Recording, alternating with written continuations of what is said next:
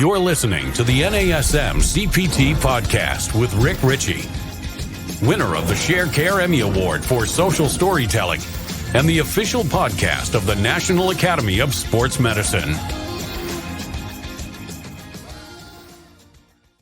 Hey y'all, and welcome to the NASM-CPT Podcast. My name is Richey, and today I want to talk about procrastination. Really is what I want to talk about. And the reason why I want to talk about it is because it's something that I historically have struggled with. If you have emailed me, then you know. So it'll take me a minute to get back to you. But I'm going to start with just a couple of really wonderful examples. And the reason they're wonderful is because both of these people are my business partners. I've got two different business partners in two different businesses. They're both named Mark. So that way, even if I confuse them, I still get it right. And these two business partners are both brilliant when it comes to doing it now. For instance, today there was something that was wrong with the display on one of the bikes at the new gym. So here we are at the new gym. We got these new bikes in, and something's off with the displays. It's just not doing what it's supposed to do. And he tells me about it, and I couldn't figure it out. So I just said, you should just call the maker. And he literally pulls out his phone instead of going on to what he was doing and dealing. Let me finish cleaning this and let me keep doing this. Like whatever he was doing stopped immediately. And within a minute, he had already found the maker's phone number. He Google searched it, pulled it up, called the number, and there will be a new display being shipped out later on today for each of the two bikes that had the messed up displays. That was amazing.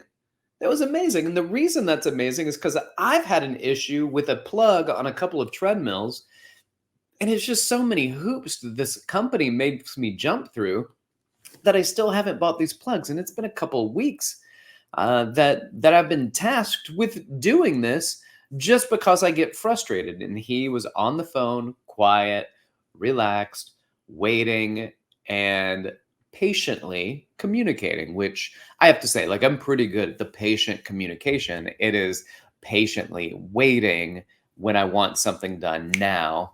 And the bottom line is it needs to get done. So it's a lesson for me. My other partner, I told him that the tablets at an event that we were working at, the tablets weren't working. And he was at another event at another location, and he got done before I did. And when he was done, he came over to my event and delivered a tablet. So like I could go straight home, or I could stop by the other event and bring Rick something that he needs. And that is what this person did. And they're both very, very good at it. No matter what it is, they are both excellent at let's take what we're supposed to be doing right now and do it right now.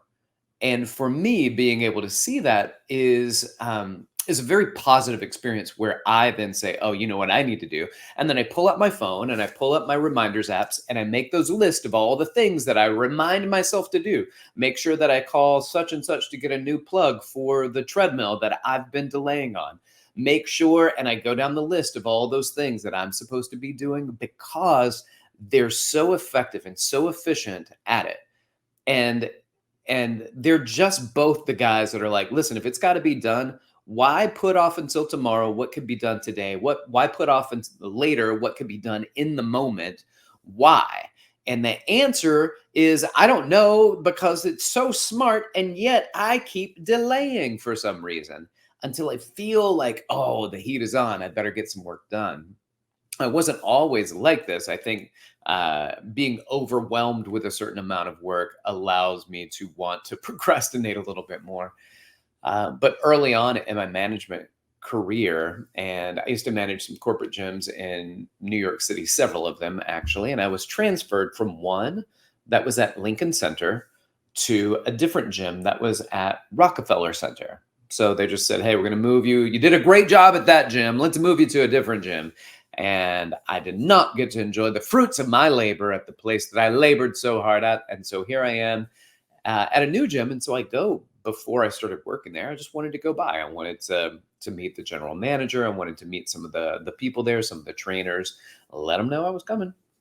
Like many gym people, the trainers didn't give me too much of a nod, at least the ones who had been there a long time, because they're the ones that are going, oh, another manager. Okay, well, he'll be here for 6 months to a year, and then he'll be gone, and I'll still be here doing my job without the need of a manager coming in to tell me how to do it. And there's a lot of truth to that, actually. But I did show up. And when I got there and I'm introducing myself and I'm walking around the gym trying to get a grasp of the layout and how it was all set up, and I noticed that the treadmills were incredibly filthy. Not so much like the display and where that stuff was. It was like that stuff may have been wiped down, probably by the members and not the trainers. But the deck, right where the belt slides over, on the deck, on the sides of the belt, where you would stand right before you get onto a moving treadmill, or if you're doing intervals and you jump off and you straddle the belt, like the deck area was filthy. It was a combination of sweat and dust and dirt buildup that had not been touched for, I would say, years. They were frightening. And I came in the next day.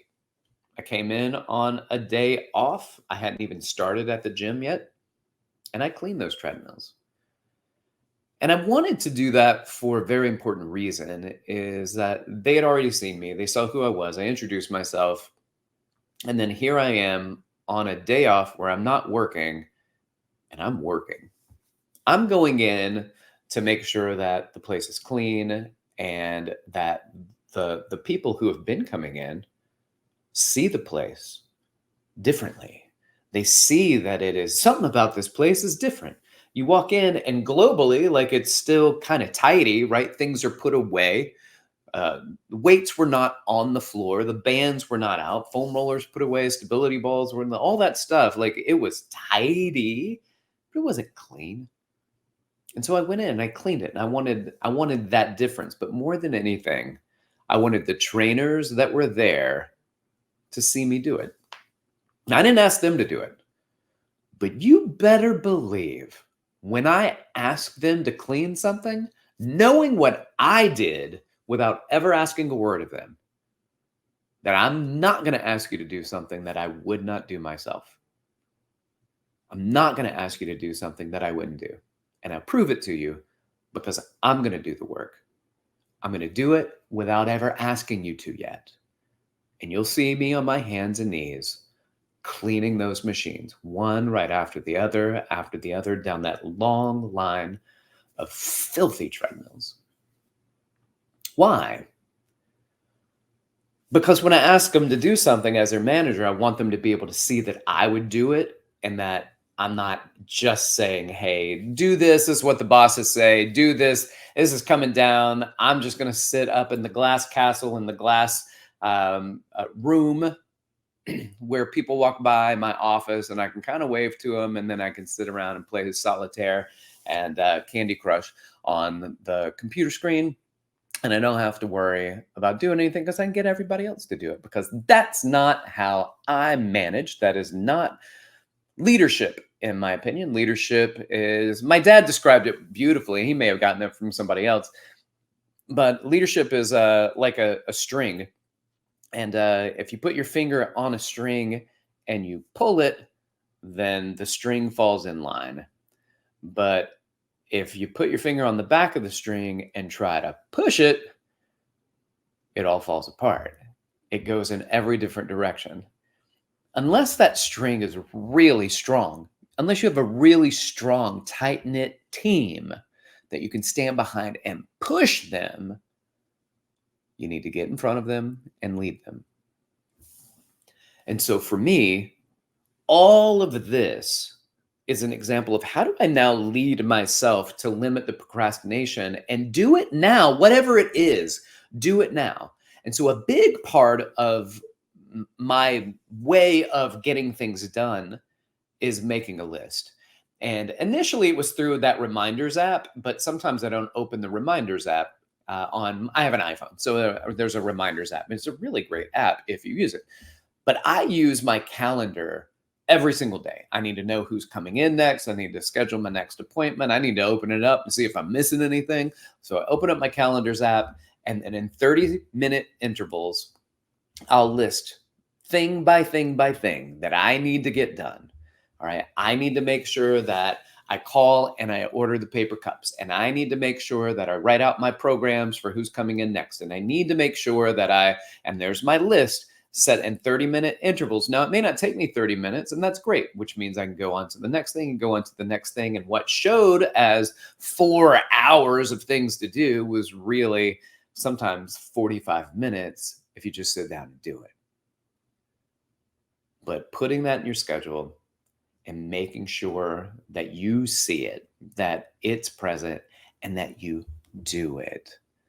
So whatever it is that you know that you need to be doing, do it now. There was a book that exemplified this really well. It's called The 5-Second Rule by Mel Robbins. And it wasn't a great book by any means. I mean, it was a good concept that turned into just a book of a bunch of examples. And so shout out to her for writing the book and making it happen. But basically what it was is give yourself 5 seconds. Like as soon as you think of something you know that you need to be doing, you have 5 seconds before you talk yourself out of doing it. And so today, while clients were working out and I had them do timed exercises, I was like, I'm just going to bang out a few squats, not go to the squat rack and leave them. Just while they're exercising, I was doing some squats, or while they were taking their break, I just squatted up and down because I know that I'm going to be limited in my ability to work out today. So I just wanted to get some movement that was more than just walking around the gym, picking up the weights to go return them or whatever it is. So I said, let me just bang out 10 squats. Let me bang out 5 squats, whatever it was. And the 5-second rule, when that popped up in my head, boom, did it. Get it done. So whatever it is, whatever you got going on in your head, do it now. Now that could be for those of you who are studying for the NASM-CPT or any other offering, the CES, PES, wellness coach, nutrition coaching, all of that stuff. You've got the information. It's just tough to get started. Here's the good news. Once you get started, it's relatively easy. It's the starting that's the hard part. At the gym, it's the starting that's the hard part. The anticipation of the gym is worse than the gym itself. People are scared to go to the gym. When they get there, it's not so bad. And when they leave, they talk themselves into how bad it was again sometimes. And they go, oh, it's just getting to the gym. It's such a hassle. It's so challenging. It's so difficult for me. And then they go to the gym and it's not bad. It doesn't hurt. It's not scary. And yet, there's a comfortable experience, and then they leave and they talk themselves out of it again, even though they know it's not hard. It's the hard part is showing up. Again, I have a client that's highly sedentary, and I had trained him years and years ago, and he had a bike in his home, and it was in front of a TV, and he watched a lot of TV, but he just couldn't bring himself to sit on the bike and do it. There was a serious mental block that just would not allow him to do it. I just can't do it. I understand that. I understand it. That can be really challenging. I am oversimplifying what can be complicated, but the great thing about, for instance, this book that I had read years ago, the 5-second rule, was instead of focusing on how complicated it is, just do it. And there's your Nike slogan, and that's all I thought about as I was reading it. I was like, this is like Nike's slogan. I'm reading this book, and it just do it. Just get started. And you don't have to do everything to the full extent that you had wished you had done.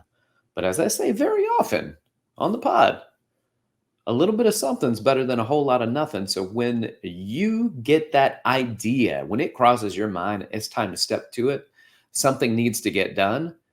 Don't immediately go, okay, cool, tomorrow, the next day. Next Tuesday would be a great day for me to do that, when you've got a gap in your schedule in this moment or in the next hour or at some point later in the day that you could get it done. Whatever you need to get done right now, take that moment turn off the podcast. My producer just flipped out. Don't turn off the podcast. All right, well, only listen for a few more moments, and then you can turn off the podcast, and then you can go do what you need to get done.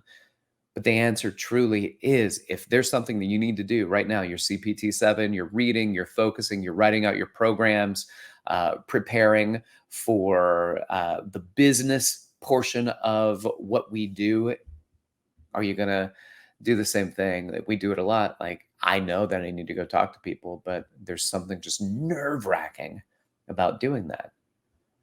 But the fear of talking to people is a lot worse than actually talking to people. You're like, well, I wouldn't want anybody to come up and start selling me. Well, don't sell them. Talk to them. Start a conversation. It may take a week or 2 or months, or it may never happen. That each individual you're talking to, that they're going to actually purchase personal training. But somebody's going to. And I know how they're not going to is by you being the wallflower, and then you see one of the other trainers just be like, hey, you dropped this towel, I want to give it to you. And that started a conversation which led to personal training. And it's something you'd been thinking about for weeks. You just never did. Just to go up and talk to that person. That's all they needed, was that open door to have that conversation and to purchase the training. Do it now. Do it now. Don't wait. Whatever it is, do it now. Thanks for listening, everybody. Like, subscribe, share with your fitness friends and family. Go on and give us a 5-star review, and share it, please. I really would like for more fitness professionals to know that this podcast is out there, and they don't have to be NASM certified. It's okay. You can just share it because it's good personal training information, good business information, good exercise science information. It's just good information that I'm glad you have. I'm glad you give me a minute to share with you some of my experiences and my insights. All right. Thanks for listening. You guys can hit me up on Instagram at dr.rickrichy, and Threads. I'm on there as well. Or you can hit me up email, which is rick.richey@nasm.org. Thanks for listening. This has been the NASM-CPT Podcast.